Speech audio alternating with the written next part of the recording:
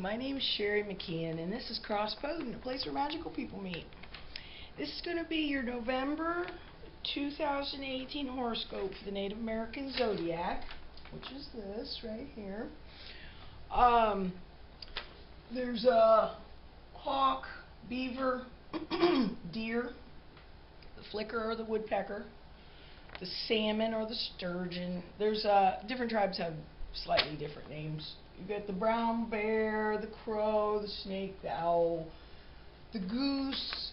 Sometimes the owl is the elk, or sometimes there's a buffalo over here somewhere. This is the otter and the wolf. And that corresponds to the regular 12 Zodiac birth date groupings. Okay, so November, we are having a very interesting month. I hope this video doesn't get to be really long because I have a lot to go over this month. It's all happening this month. Big thing this month, the North Node on the 6th is retrograding into the woodpecker finally. And the North Node of the moon is sort of this axis point, and it takes 2 steps forwards and 3 steps back. 2 steps forwards, 3 steps back. So it's slowly retrograding overall, slowly moving backwards. But it'll move forward a little, and then it'll move back a lot. So it's kind of always slowly moving backwards, which is interesting because if you look at the ages, and we're moving into the age of Aquarius, the precession of the ages also retrogrades backwards. So that kind of means our whole solar system, in comparison to the whole rest of the galaxy, is kind of like upside down and backwards. That's like an astrology joke. Okay.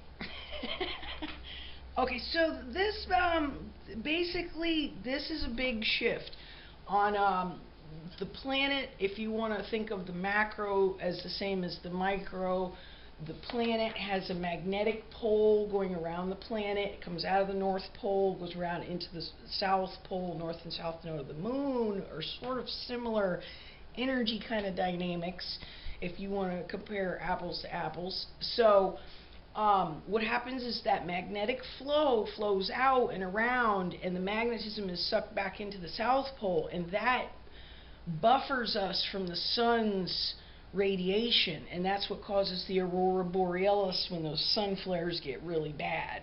So you can literally see it in the aurora borealis, of this effect of this flow.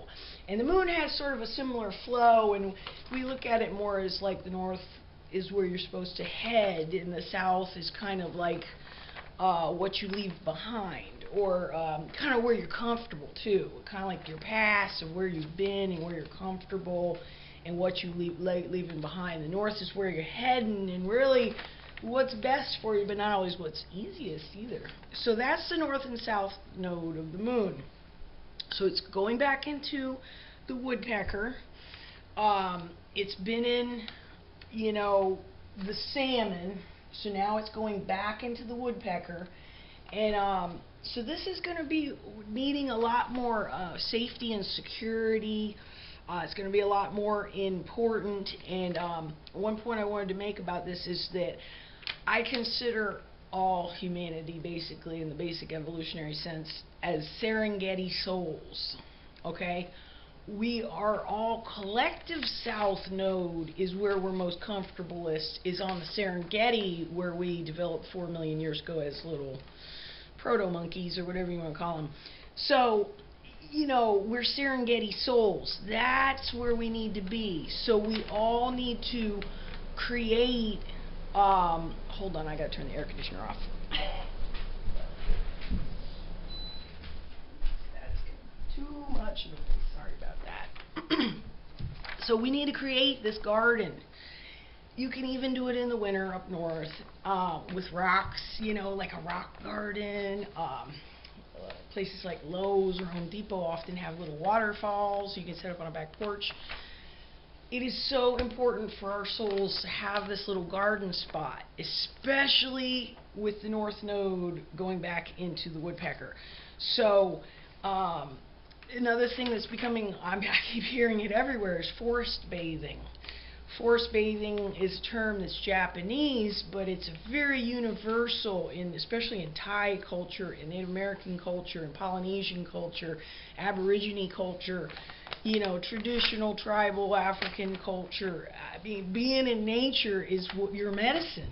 Literally, the plants are your medicine. The spirits of nature are your medicine. So, that is another theme, is draw that into your life more and more and more as this, I'll talk more about it. This is just the beginning, but this starts on the 6th, is where it actually finally gets into the woodpecker, and it'll go on and kind of jiggle back and forth, and then it'll be finally moving, but it's kind of a weird little thing you don't hear a lot about. I don't talk about it a lot because I kind of feel like it's one of those generational things that doesn't really affect us in a practical way every day. It's just a thing to be aware of, So anyway, on to the monthly planetary movements. The sun starts in the snake, and keep in mind the snake and the woodpecker are good friends, okay?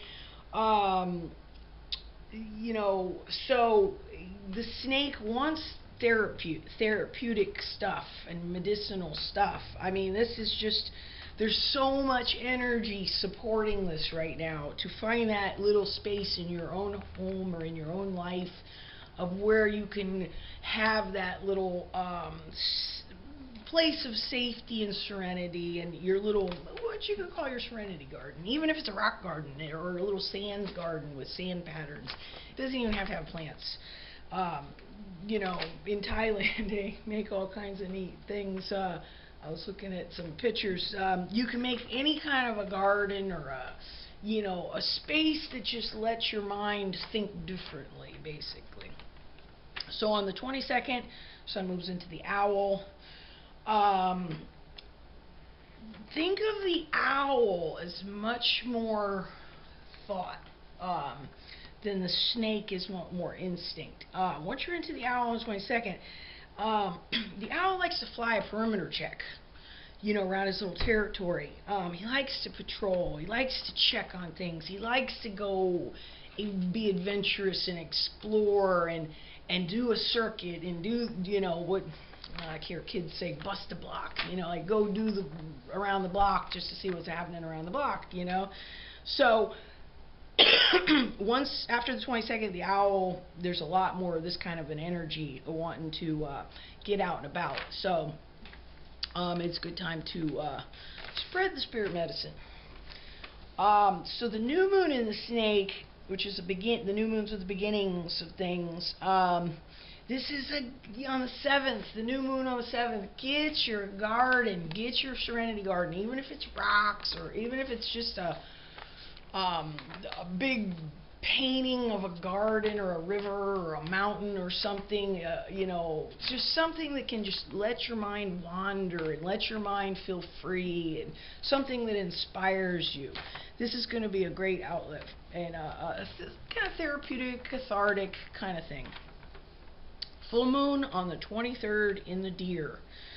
Full moons are culminations, and with the deer being ruled by more of a thought kind of energy, you will clearly understand something on this full moon. Guaranteed. You will probably also might involve a whole new terminology or a whole new type of terminology, but it's like you will finally really get a grip of like, wow, that's the lingo of this particular sector of stuff, like this could be a real combination where you really kind of understand that sort of a communication dynamic. Mercury in the owl. Keep in mind that the owl, the sun moving into the owl, Mercury's going to be in the owl and then go in retrograde on the 17th, and this is Mr. Smarty Pants Owl, okay?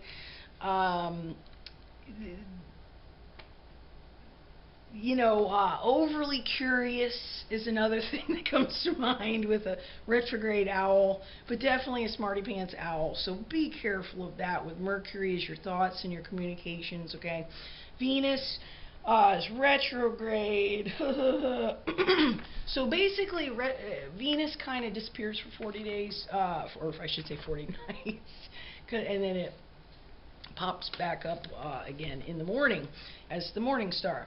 So, excuse me, when Venus is retrograde, it's kind of like, where is Venus? Where is she? Where is she? If that makes any sense. You know, the snake, that's the snake right there. That's the owl. I should have been pointing these out. The snake is very kind of mysterious and whatnot, and with Venus retrograding there, it's like, where is love? Where is that Venus? Where did she go? It can be kind of hard to find Venus right now, you know, until the 16th when she goes direct and things kind of get moving again. So, and think of after it goes direct, in the snake is kind of water, and water will start to flow and find its boundaries. So, after the 16th, let that Venus energy kind of just flow and find its own little creek system, you know. So, Mars is in the Otter. The Otter never quits. On the 15th, the Mars moves into the Wolf. The Wolf quits. Okay, the wolf quits a lot. I'm a wolf. Wolves quit. Wolves just walk away, and you might not ever even know why. Okay, that's a wolf for you. After the 15th, it's a whole different Mars, man. All that old retrograde stuff's gone. Okay, the wolf quits. Alright? The wolf is a lot more push-pull. There's a lot more issues with focus and getting off on a tangent. Focus, getting off on a tangent. You know, there's a lot more of that energy with your Mars, and your Mars is your energy planet. So after the 15th on that one. Jupiter in the Snake also moves into the Owl on the 8th. I mean, like, every planet is moving into something else this month. It's crazy. Okay, so the Owl, man, that was this, you know, that smarty pants, overly curious. Be careful of that. But the thing about the owl's feathers are so soft and fluffy. He can usually smooth over every rough situation that he usually makes. Especially once Jupiter's in the owl, those soft fluffy feathers are going to be like smoothing over everything. So the owl definitely knows how to roll down the road in style. I think after Jupiter moves in, Jupiter's going to be in the owl for a while, and the owl likes to travel and likes to, you know, go and visit and see the latest, whatever the latest of anything is. They've got to see the latest. So that's going to be a whole new type of Jupiter. Jupiter is generally a planet of luck, so being out and about is going to be more lucky. Being more polite and congenial is going to be more lucky. Being curious without being too curious is going to be fortunate too. Being a little bit of a smarty pants, but not too much. You got to really find a balance there with the owl, because the owl, you know, loves to just like swoop in and swoop out and whatnot. So, but they fly in the dark. That's why they have such big eyes, you know. So, owls do hit branches, you know. I mean, they do get caught into a vine they didn't see because it's dark, you know. So occasionally an owl does take a tumble. So be careful, because tumbling from 100 feet up is not good. Okay, so I'll talk more about this Jupiter as we go, but just be aware there's this big shift with Jupiter also. Saturn. This is where we're getting into the opposite of that new North Node, okay? So the new North Node is coming this way into the flicker or the woodpecker. All this energy with Saturn and Pluto and Mars is now over here, but all that's opposite up here in the goose, okay? And this stuff's been up in the goose for a long time. So this opposition's been working up for a long time. It's not like it's like boom on top of us. It's been coming for a while. But now we're kind of really coming up to it. The next year or so, we're going to see a lot of this energy sitting on the south node, which is really where we really leave our true legacy and our true, whatever we're going to leave behind in life. And is it going to be quality, or are you going to be forgotten and people don't want to remember you? Gotta think about that now. So let's see.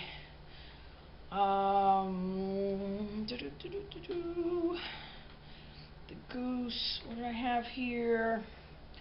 Oh, the goose with authority figures. Okay, I think this opposition is going to bring out more problems with authority figures, because Saturn kind of has to do with that anyway. Authority figure problems. Make time for your family. Okay, number one with the Saturn, opposite that. Make time for your family, especially your children. And your grandkids, So, that's that. And then, okay, Uranus. Oh my gosh. It's been retrograding in the Beaver on the 6th, goes into the Hawk, kind of retrograding back. It's in retrograde mode right now. So, in the Beaver, we got a taste of that, where you're sort of like forced to manifest with your Uranus. Kind of forces you like lightning into something that you're like, whoa, where did all this come from? So now we're back into more of the Hawk, which is about our human frailties and our self-worth and our self-identity. I noticed that around the 29th degree, when something goes back into a sign, it goes across that very last degree. That's always been considered a bit of a dicey degree, because it's that transition right between the signs. And as it goes back and forth over that, Uranus is going to be kind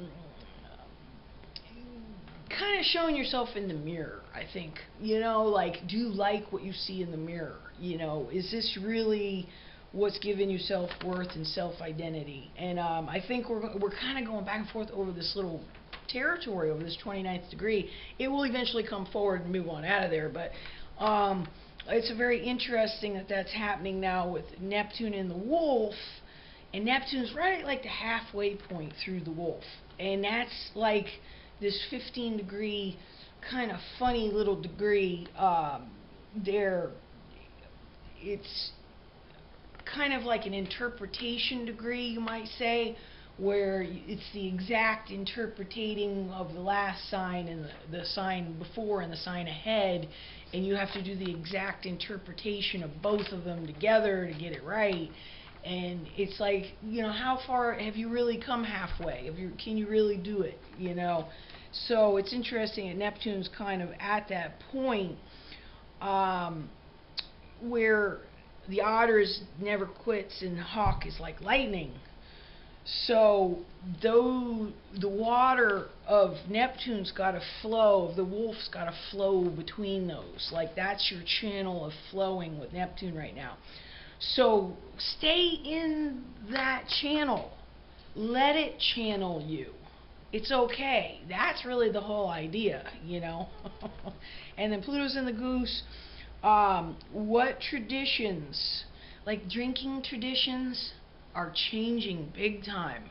Around here in my local area, it is super frowned upon for college kids to drink, which was totally different just like 10 years ago. This was like a drinking town, with all the college kids. So sobering up with this goose energy, the goose. Opposite that, the family. And this is kind of like your career, and they're opposite each other. Your world standing, you might say. So, there's a big sobering up here with this energy. And the goose is earthy.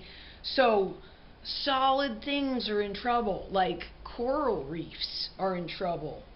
Polar caps are in trouble.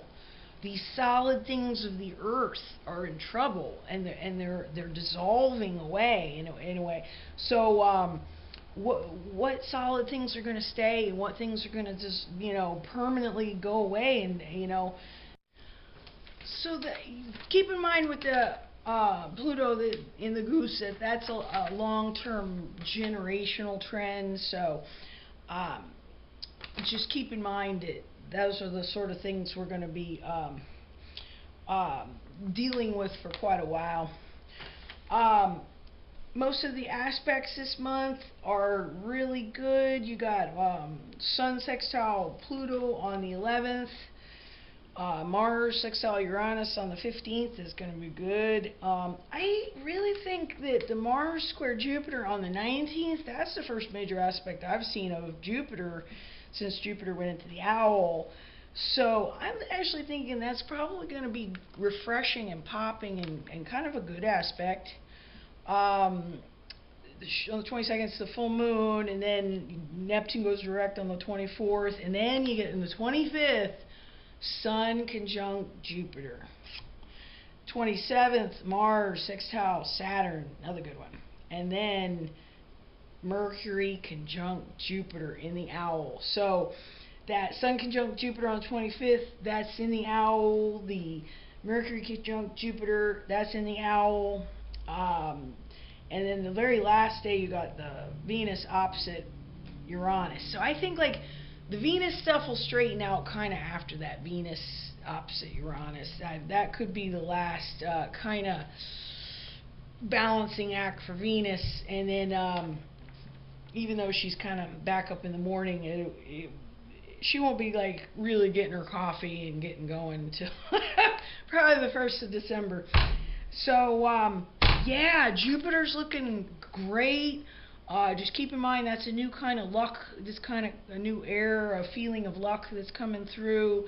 And there's a whole new North Node cycle starting with water signs, and there's going to be interesting eclipses next year in relation to that that axis line I was describing. So all in all, it's a lot of things going on, and a lot of shifts, and a lot of pattern changes that are long-term trends. But all in all, I think a lot of the ups and downs of this whole year are behind us, and now all the planets are kind of getting their act together and getting going again and getting into new signs, and it's all looking really good. So find your special garden, okay? Find that special spot, your little rock garden, little tabletop waterfall on your desk.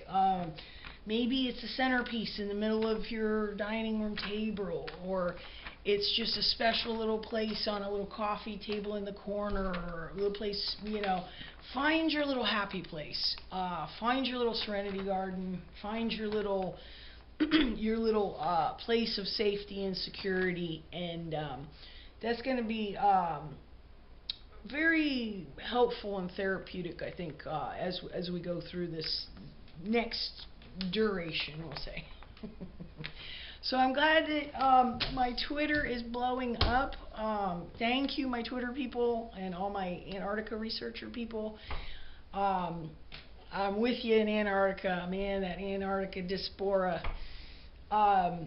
Thank you, all my new people on YouTube, and my buddies in Alabama that I bumped into. You guys are all right. You're some gardeners, man. So, thanks for watching. Please subscribe and check me out on Twitter at CrossPotent Twitter. And I look forward to seeing you next month. Thanks a lot.